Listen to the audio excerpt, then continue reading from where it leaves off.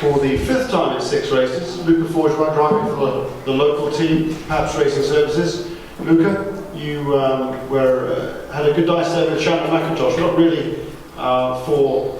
Not really relevant for you because your sights are very much set on winning the national class. Yeah. Again, another win is always great, and I can't really argue with that. It's just I was trying to chase the performance we had in qualifying, and I found it a bit difficult because the track had changed so much from it being rained out. I thought it would be around the same as it was in qualifying because the Indy Lights and all the other series raced before we did. But again, I just tried to find the great pace we had in qualifying and catch Shannon and get whatever positions I could. And no close calls. A couple of times you had the leaders coming past you. It was fairly close on a couple of occasions, wasn't it? Yeah, again, it seemed like they were having quite a close battle, and I just wanted to stay out of the way, not really interfere with it, unless that paid me something. But I was ahead, and I didn't see any reason why I should get in the way or maybe put myself in a wall by doing something foolish. Good for you. So Luca Forgeron, the national class winner for the 5th time in 6 races this season, now holds a commanding lead in the national class standings over his Pabst Racing Services teammate J.R. Smart. 3rd place today, 2nd podium finish in succession, car number 19, Juan Pedrohita. And Juan, you tell us first of all about your qualifying run yesterday, which was almost but not quite. Yeah, well, yesterday we were struggling on practice with the car, so we figured out with Rick, cameraman engineer, that we should make a change, in the back of the car, and he did a great job. And I went out there, and the car really felt really stable. So I said, I'm going for that, and it worked out for the first couple of laps, and then just put it on the well. The guys really did a great job putting the car together back, and I knew we have a really good race car. And today the things went really good. So you did. You moved yourself all the way through to 3rd place, and for a while there you were catching the race leaders as well. But after you closed the gap down to about a 1.5 seconds, and then the last maybe 1/3 of the race weren't able to get any closer.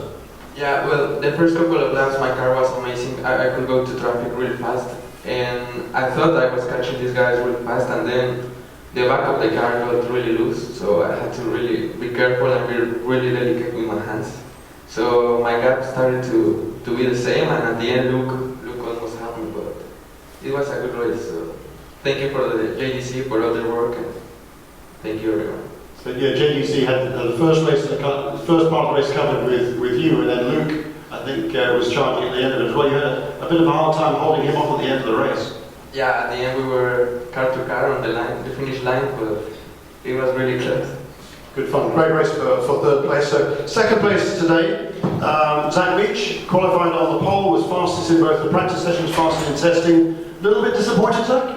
No, you're always happy with the podium finish, and with the great group of guys we're racing against, take whatever you get.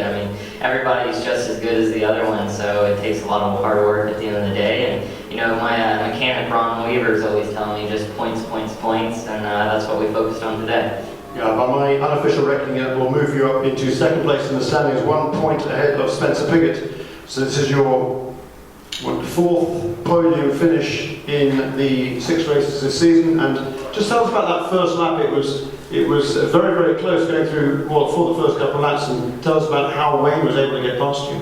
Yeah, well, going into turn 1, I think maybe we were 3 wide with Petri Savanto on the inside of me, so that naturally made me want to run kind of a tighter line, just see where I was and keep him kind of on the inside so I get a better run off the corner. But I think Wayne had the same thing in mind with me running the inside line. We pinched it off a bit, and he was able to get around us in turn 3. But it was a good race for us, and I think that the momentum will carry into the next races, and maybe we'll have a shot at the championship. Absolutely, 2 2nd places now on both the ovals, and I know you've always professed a liking for the ovals, so yet another podium. Yeah, ovals are one of my favorites. So our race winner today for Milani Auto Racing, his first win in North America. First round, he becomes the 5th different winner this season. 20 years old from Belfast, Northern Ireland. Wayne Boyd, tell us about that charge to the front in those first couple of laps. Yeah, I'll be the first to admit it. I made a complete mess of my start. I just didn't get off the line well with Zach at all, and really dropped back at the first corner. And then I could sort of get stuck on the outside line and just held to it and committed to going on the outside line, and it paid off for us.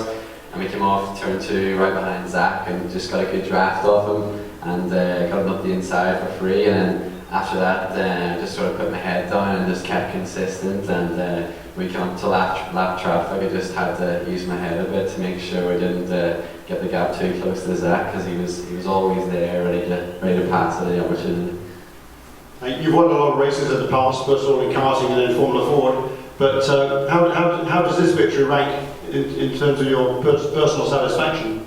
Oh, it's right up there. You know, we had no drive last year, and this year we got a really good drive with Milwaukee Mile Racing, and to get a win after such a long time really is great. Milwaukee Mile Racing's first win, and my first one in the US, so I'll not complain. Just one more question then. You've put this drive behind you here. You came into the season not really sure of what you wanted to do. Just talk about why you set your sights in North America. Well, I actually had a Facebook email from Kate Motorsports about it, and also Patrick McKenna said about it as well. And you know, I was always quite interested already. And we got talking to the guys at Velarde and Brian, and we just got a deal together. And I only got to out to America like a week before the first race, so we had no pre-season testing. So we were straight into the deep end, but I can't thank the guys at Velarde enough. They've given me a great car, and for a new team, we've leaped forward a fair bit. So the championship is definitely in a lot of reach yet. Certainly is, and so thanks very much, gentlemen. Tremendous race, I think, today, and we're now a bit of a break until the next 2 races in the Coupetage presents the USF2000 National Championship, powered by Mazda. That will be on August 5th and 6th at Mid-Ohio Sports Car Course. We'll see you all then.